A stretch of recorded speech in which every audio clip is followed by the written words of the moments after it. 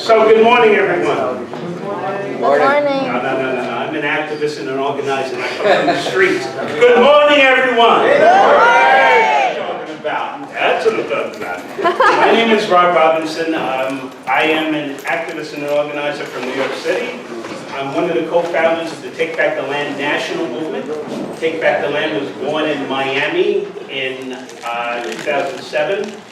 And as a member of Picture the Homeless, a group that I learned to do organizing with in New York, I got to visit this Take Back the Land group in February of 2009 and learn from their model. And Max Rameau, who was one of the founders of that organization, became a mentor of mine, and we started to collaborate.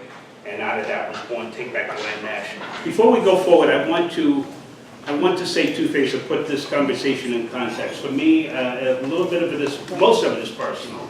I spent 2 years on the streets of Miami, homeless, and 10 months in a New York City homeless shelter. In that process, I was raised in a working class family on Long Island, which is a suburban of New York City, 2 counties to the east of New York City. So I was brought up in, normal American society. My parents were trying to reach the American dream, but as I went through this process of homelessness, it transformed me to understand that that American dream was a farce for many of us, and particularly for people of color and people that look like myself. So I spent those two years on the streets of Miami. I got to learn. Right now, Miami is going through an environmental crisis right now. They're about to realize a hurricane. I spent part of my time through 2 major hurricanes in Miami on the streets. So Hurricane Katrina, I was on the streets of Miami, and Hurricane Rita, which followed about 2 weeks later. I was on the streets of both of those. So my thoughts and prayers are with those folks in Miami, because I understand the devastation that that causes. And I can't imagine the families that were along the Gulf Coast during Katrina trying to get away from that water. I spent Katrina in a school bus in the middle of a parking lot in Miami as that storm rocked that bus back and forth for about 15 hours. So it gave me a different appreciation, an appreciation to have my feet on dry ground right now, because I didn't know what was going to happen until I woke up the next morning and everything had calmed down. So my thoughts and prayers are with those folks in Miami. That process, as I said, transformed me. I got to work with a group called Picture the Homeless in New York, and that sort of grounded me in the struggle for land and housing. This conference, Transnational Solidarity, is very important, and it was important to the formation of Take Back the Land National. Because what we are in is a struggle for land. Whatever issue it is we are facing, it begins with land. Why do I say that? Because the MST in Brazil got us to really understand that, right?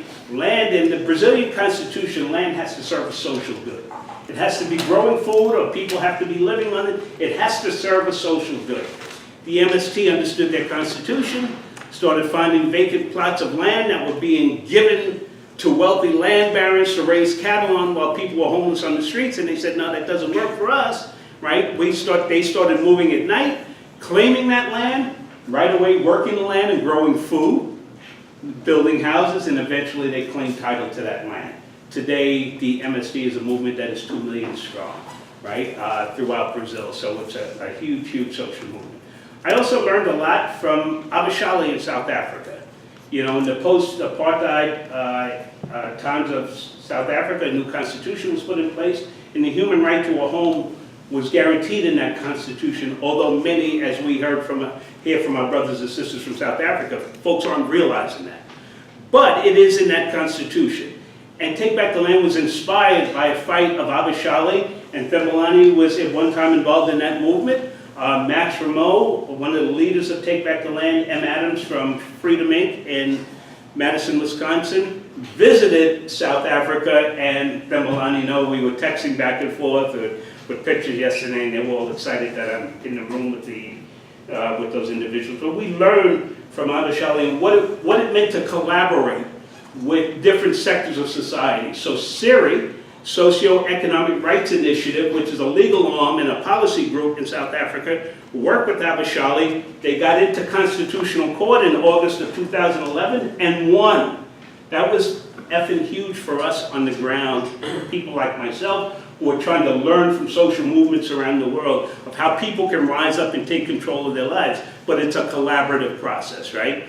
So those are one of the things that I was able to bring to Take Back the Land, learning from that movement. That is documented in a film called Dear Mandela, which Stemolani knows a lot about. And it was through that film that I saw a young Mosley, a 14-year-old, from that movement, pounding his chest saying, I got a right to a home, I got a human right to a home. And they're reading their Constitution and understanding it. So it inspired us to understand how you move a movement, how you bring political education to move a movement. So in the economic crisis, we saw in this country that our banks were secured by our government. They took our tax money. It said, you can fail, but the banks can't fail. That was egregious to us, right? Our government's taken our tax money, and then those banks expedited the process of foreclosure and eviction from about 2008 to about 2012. Well, Take Back the Land had a motto. We move homeless people into people's homes. Homes that were foreclosed by a bank or a government agency. We would break in them and move families in there and defend their rights to be in there using international human rights standards. Right, the rest of the world can live by human rights law. Why can't the United States, which has readily dismissed human rights law, right? Civil rights law, civil law, is written, and there are laws that govern countries, but they're not necessarily written to work for a large section of the society. In many instances, it's written to work against certain groups of people. And we saw that in many aspects in this country. You think about the civil rights era, you couldn't piss in the same bathroom as a white person. That's problematic, right? So that's what the law said. So we needed to change that. And you do direct action and civil disobedience to highlight that injustice and make social change. So we fast forward. I said earlier, I got to visit Take Back the Land down in Florida. We visited, we did a move-in, and I got to interview the Trody family. The Trody family was a family that was featured in Michael Moore's movie, Capitalism, A Love Story. They were evicted by a particular bank in Florida from their home. They stayed in a bread truck over the weekend, and Max Ramo and Take Back the Land Miami moved them back in their house in a very public confrontation in 2010. And that got into the movie, Michael Moore's movie, Capitalism, A Love Story, and that was a learning process for us. Fast forward, Max, after I visited Max, we started to have some conversations because banks were coming to him, and somebody talked yesterday about talking to elites. From the time that Take Back the Land was created in Miami, Max was very clear that we don't want to have a conversation with the oppressor that got us into the situation that we're in. We're going to take control of our lives. Believing in what was happening in South Africa, self-determination rising up and people taking control of their own lives, we're going to put that to practice here. So he didn't want to have a conversation with the banks. He tried to reach out to Picture the Homeless in New York to get us to work with the banks. Didn't happen. We started figuring out how we could do this all along the East Coast, have a presence. We reached out, we were talking about a city like Vita Urbana in Boston. They didn't want to get involved in that type of work. Their focus was something else. Max and I said we needed to figure out a way to do this nationally. We met in August, in early September of 2009 at Kali Akuno, who was then the director of the Malcolm X grassroots movement, lived in Atlanta, Georgia, and a bunch of black activists came together. We met at his house and figured out the concept of Take Back the Land National. We introduced it to all of the world in May 1st, 2010, in solidarity with labor movements around the world. We did 45 actions in 25 cities, very productive in places, smaller places where we didn't expect. Madison, Wisconsin led to 6 o'clock news for 2 weeks. Portland, Oregon, Right to Survive, which has a tent city in front of City Hall still to this day, was created from that movement. But our biggest case to date was in Rochester, New York. A woman by the name of Catherine Lennon was being targeted by Bank of America. Her husband had passed away. She fell behind on the mortgage. And Bank of America, who had absorbed the mortgage portfolio from Countrywide Mortgage, and remember this process of robo-signing, which is a way of taking those mortgages from Countrywide, paying people $10 an hour to sit in the back room and sign the name of a bank president. When you go into the bank for foreclosure, they say, show me the number that you signed. We kind of use that tactic back against them, and I'll explain a little bit down the road. So fast forward, the bank is starting the eviction proceedings on Catherine Lennon. We figured we have to do an eviction defense, right? So we talked to Take Back the Land Rochester, we set up this eviction defense, and here's what it looked like. It lasted for about a week. We put 100 people around the house. It lasted for about a week before the city of Rochester sent a SWAT team and 25 police cars to evict Catherine Lennon. So, well, right now some of the protesters here are trying to have a little bit of words to say to some of the city officials. They're saying that they could have waited on this till April 5th. But what I want to tell you is that one of the neighbors said, "This is not America. This is not what America should be." The house in question is number 9 Ravenwood. It's right down the street here. What happened was Kathy Lennon, her husband died a couple of years ago without a will, so the ownership of the property's kind of been in limbo. She has been working the channels trying to get ownership and thought she had a deal worked out, but she says, and neighbors say, that the agreement with Fannie Mae, which is that federal housing agency that's been the subject of controversy, that they did not wait. And the marshals showed up, the city marshals showed up this morning with all these police officers, and the group called Take Back the Land Rochester that's been staging an eviction watch here for the last week and a half. About 5 of their members were arrested for civil disobedience. They tried to blockade the front of the house. The picture that you just saw of the woman being arrested, a neighbor in pajamas, she was put in handcuffs to be taken down to the police station for just standing on the sidewalk just minutes after I spoke to her. I have been wrongly justified. These people let me think that they were going to negotiate with me. They came and ambushed me today.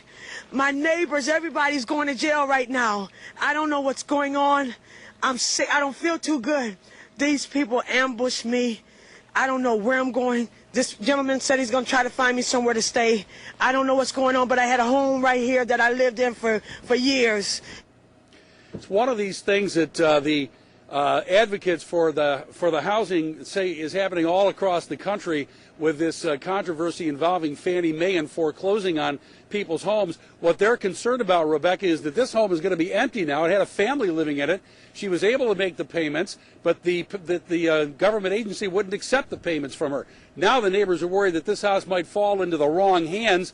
It might be boarded up, maybe drug dealers, and it's a neighborhood that they have been working very hard to rescue. It is near Thurston Road and Chili Avenue. It's a very nice neighborhood, and the house looks like it was kept up pretty well, Rebecca. Well, it sounds like there's still a lot to be worked out on that story. So, all right, thanks a lot. Can I just add one thing? They have been working with Louise Slaughter's office, but maybe getting her involved here a little too late. But Dana Miller, who is a city councilman, lives on the next street over, and neighbors say that he's been sympathetic, but legally his hands apparently are tied by this court-ordered eviction. All right. So Louise Slaughter was a congresswoman from the Rochester area, Rochester, New York. You live them off because we're going to go to another quick follow-up video. I realize I'm going to run a couple minutes over time. I'm cognizant of the time. Was recently forced to... I'll just say that getting Louise Slaughter involved sort of woke up Fannie Mae and some folks in Washington. But what really woke up folks in Washington was our transnational allies, particularly a group called International Alliance of Inhabitants. I'm coordinator of USA-Canada Alliance of Inhabitants. I will be in Italy for an international tribunal on evictions, of which some of the folks from Housing Assembly and other places will participate in. But they started calling out 2 New York senators, Kirsten Gillibrand and Chuck Schumer. So here is Cesare Ottolini calling from Padova, Italy, and saying, why is Catherine Lennon being evicted from 9 Ravenswood Avenue in Rochester, New York? And these calls were coming from all around the world. It got folks to start to deal with us in a way that we never thought would happen. But again, we were adverse to dealing with folks in that particular position. So we saw that this wasn't getting us anywhere. We were having these long conversations, but they weren't going anywhere. Eventually, we sat Catherine Lennon down and said, Catherine, what is the solution? What is it you want? I want my house back. I want my family. I want to continue the life that I have. We bought this house for a reason. So we decided to create a little bit of spectacle called Happy Mother's Day, Catherine Lennon. It was Mother's Day 2011. This is what it looked like. It's called a live-in. Forcibly evicted from her foreclosed home, a Rochester woman who moved back in. Catherine Lennon is now squatting in her old house, and she's doing it to send a message about foreclosures. Rachel Barnhart has the latest chapter on this story. I don't have too much of anything, but Catherine Lennon is back. I'm living just almost like when we first got it, on the floor. Forcibly evicted from her foreclosed house in the 19th Ward in March, on Sunday, Lennon moved right back in. She's now a squatter in the house that used to be hers. It was very easy access, very easy access. Lennon claims she's a victim of a Western New York foreclosure mill that's under federal scrutiny. But lender Bank of America said it has tried to work with her. They more or less forgot about me. They robo-signed on me. They did all of this stuff to me. That's why I'm here now. Lennon has the support of her neighbors and the group Take Back the Land Rochester. Take Back the Land has broken into several vacant houses in the city, moving in homeless people. This is one of the houses 13 WHAM was allowed to enter last year. The occupants were evicted months later. Take Back the Land is hoping Lennon's case will be different. We already have thousands of vacant homes in Rochester. Why create another vacant home? All the neighbors support her. Since her eviction, Lennon says the bank offered her the house for $50,000, but would not provide financing. Lennon knows she's risking another eviction, especially since she's making her trespass public. But she wants to make a point. Let them come and do what they got to do. Maybe this will get the message out. Maybe all of this stuff will help people. In Rochester, Rachel Barnhart, 13 WHAM News. So we fast forward, we get Bank of America into court, right? We start to go through the court process. The big part of it, you heard that law firm, Stephen J. Baum, was the actor of robo-signing in New York. 40% of the mortgages through the foreclosure crisis that went into foreclosure came through this law firm. We forced them out of business in 2010 by exposing the robo-signing process. Filed Chapter 11, went out of business. Bank of America said, get the name of Stephen J. Baum off our mortgages, particularly Catherine Lennon. Go back and forth in court cases, 6 postponements, till Bank of America came to us and said, what do you want? What we always wanted was, and I'm not going to be able to go to the PowerPoint to say what our objectives were, but our objectives of Take Back the Land was community control over land and housing. We wanted that house put into a community land trust. Bank of America is a smart entity. If we do that for these radical black folks, that shit is going to resonate around the country. We can't do that. But we got our backs against the wall. We have our backs against the wall because, as I said last night, International Business Times was calling us and asking us questions because they got a hold of an internal memo that said don't talk to none of their employees could talk about or to take back the land.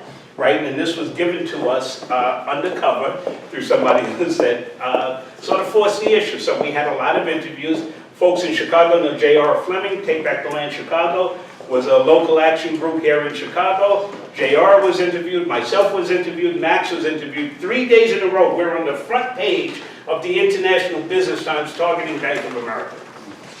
I will say to this room, apparently I can't go through the PowerPoint, which will give our organizing model, but I'll share it with you. I'm going to put an attendance sheet up here. I hope you all sign in. Our organizing model is one that preaches collaboration. So we have strategic partners that we work with to do the negotiation for us. Our legal support was the Center for Constitutional Rights in New York, National Law Center on Homelessness and Poverty in D.C., University of Miami Law School. Those are our legal strategic partners. Our social strategic partners, U.S. Human Rights Network, and others. So we brought these folks together to work for us. I will end this conversation by saying, Take Back the Land entered an agreement with Bank of America to get the house for Catherine Lennon for the price of $1 in November of 2013. It proved that people from a community could fight the big corporation and win. We had hoped to get Take Back the Land to scale. We couldn't get it. For a number of reasons, people understood that they could be arrested and different things. We were exposed to RICO laws as a collaboration and as a syndicate. We were told that by the Center for Constitutional Rights, but we had that support. It proves that if you bring community together, you can win. You have to organize, organize, organize, and that's what it took. One final thing, Take Back the Land was not an organization. We received no funding. What we were was a methodology and an ideology that was shared by people across the country. If you signed a memo of understanding with us, we would supply you with legal folks, we would supply you with folks in your community that might engage and support your work, we would supply you with lawyers, we would supply you with academics who would help you create a strategy and think of how you can win in your particular community, but it was all about collaboration. I'll end by saying Take Back the Land has an archive at the University of Miami Law School. So folks, people of color can organize themselves and actually win, and you can win against big powers. So thank you very much.